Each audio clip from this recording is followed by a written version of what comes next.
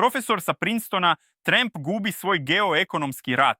Donald Trump je pokrenuo rat koji ne može da dobije ne oružjem, već carinama, naftom i dolarom. Pokušao je da kopira strategiju Rusije i Kine, da koristi energente, sirovine i novac kao oružje. Ali rezultat? Amerika je ušla u sopstveni bumerang. Kina kontroliše ključne metale, od galijuma do germanijuma, bez kojih nema ni zelene energije ni moderne elektronike.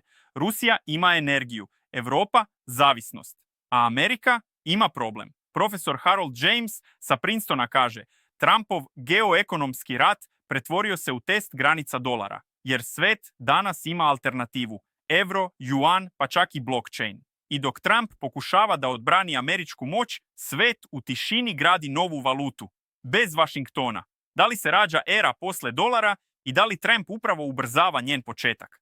Prati Srpski čardak, mi ne pričamo o budućnosti, mi je najavljujemo.